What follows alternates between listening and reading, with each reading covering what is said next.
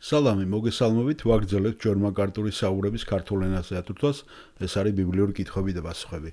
Შენაგი კითხვა ძალიან სენსიტიურია და ძალიან პრაქტიკულიც და ალბათ ყველა ჩვენთაგანს რაღაც მომენტში შეიძლება დაგვიდგეს ანალოგიური სიტუაცია. მოდით მოусმინოთ კითხვის დამსვლელს, რომელსაც ჰოლი ქვია.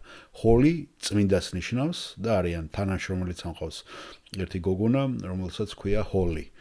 და ძალიან პოპულარული არ არის, მაგრამ არის სახელი ჩვენთან ანგლოსაქსონურ იმაში. პასტორ მაკარტურ, მე ჰოლი მქვია. ჩემი კითხვა ეხება იმას, ჩვენ ვიცით თუ რამდენად შორს წავიდა ტექნოლოგიები და სიცოცხლის შემანარჩუნებელი აპარატურა. და მაინტერესებს სინამდვილეში, როგორ ხვდებით და როგორ უნდა ვიცოდეთ თუ როდის ტოვებს ადამიანის სული სხეულს და როგორ მივიღოთ ასეთი გადაწყვეტილება საყვარელ ადამიანებთან დაკავშირებით. ჯონ მაკარტური. ფიქრობ კლინიკურად ადამიანის უმეტესობა იტყვის, ხოლი რომ როდესაც ელექტროენცეფალოგრამაზე სწორ უწყვეტ ხაზს ხედავთ. ეს მიუთითებს, რომ ტვინი მკვდარია, ტვინი კვდება. და ტვინი ალბათ შეიძლება ითქვას, ეს ერთგვარი გამარტივებული გაგებით, ეს არის ადგილი, სადაც სული ცხოვრობს. ის არ არის ჩვენს ხელებში, სული არ არის ფეხებში, ან სადღაც მუცელში. სული ფუნქციონირებს ტვინის მეშვეობით, ასე არ არის, და როდესაც ტვინი მკვდარია, როდესაც ელექტროენცეფალოგრამაზე სწორი ხაზი, უწყვეტი სწორი ხაზი მიდის, ესე იგი ეს ნიშნავს, რომ ტვინი აღარ ფუნქციონირებს. და შეგვიძლია ვივარაუდოთ, რომ სული გავიდა მისგან. ეს განსხვავდება ელექტროკარდიოგრამისაგან, რომელიც არის ელექტროკარდიოგრამა, რომელიც გულს ეხება. შეიძლება გქონდეთ გული, რომელიც აღარ ფუნქციონირებს და რომლის შენარჩუნებაც შესაძლებელია, ხოლო ადამიანის გონება კვლავ ფუნქციონირებს. სანამ გონება არსებობს, სანამ არსებობს გარკვეული დონის გონიერება, სანამ არსებობს რაიმე პირადი კავშირი, მაშინ ფიქრობ, რომ ამ ადამიანში სული კვლავ არსებობს. ახლა ეს სიმართლე იქნებოდა იმ ადამიანებს, რომლებში დამბლა დაცემულები არიან. ჩვენ ხშირად საუბრობთ იმ ადამიანებზე, ეგრეთ წოდებული მცენარეებად, ანუ vegetable, ბოსტნეულებად, ესე არის გამოთქმა, იცით ხო, დამბლა დაცემულ ადამიანს vegetable მდგომარეობას ეძახიან, ანუ ესეთი მცენარეული მდგომარეობა, ან ბოსტნეული ქართულად როგორია იქნება, არ ვიცი. თუ თქვენ კვლავ შეგიძლიათ გაზომოთ ესე ვთქვათ, აი ეს მისი ტვინი რო ფუნქციონირებს და ესე იგი ტვინს კვლავ აქვს გარკვეული აქტივობა, ხომ, ნიშნავს, რომ ჯერ ადამიანი ისე ცოცხალია. და ფიქრობ, არის რაღაც სასაზღვრო წერტილი, როდესაც ეს წმინდა კლინიკური აქტივობა და იქ ადამიანი უკვე აღარ არის. ხედავთ, ესე იგი რაღაცა აქტიურად არის, მაგრამ თვითონ ის ადამიანი სიცოცხლე აღარ არის. მაგრამ არ ვიცი, ზუსტად სად იქნება ეს წერტილი.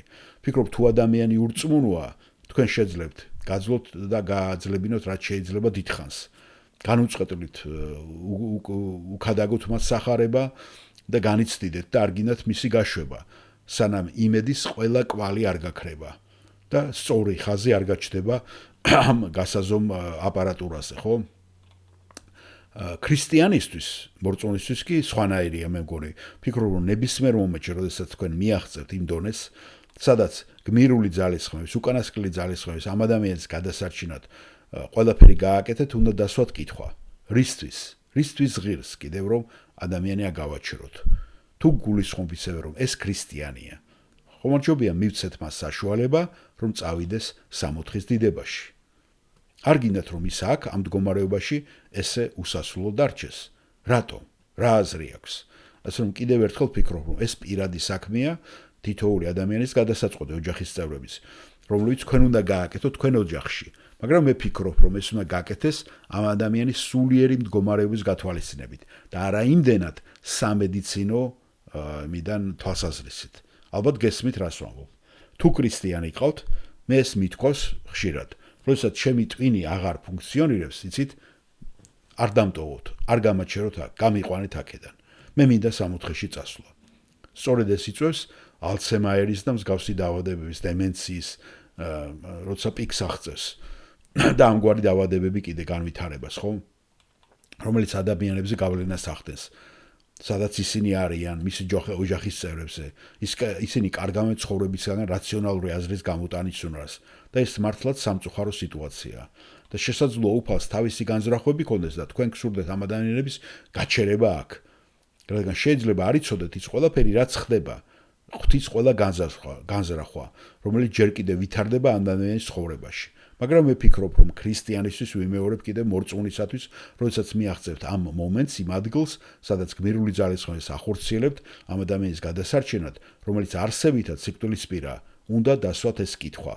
აქვს თუ არა რაიმე აზრი, მაშინაც კი თუ შეგიძლიათ ამ ადამიანის შენარჩუნება, რატომ უნდა გინდოდეს მისი აგაჩერება, რომ მას აქ ასეთი სიცოცხლე აქ შეუნარჩუნოთ, რომელიც წვალება არის, როცა მას მარადიული ნეტარება და სიცოცხლე ელის. გასაგებია? დიახ, მადლობა ჯონ პასუხისათვის გასაგებია.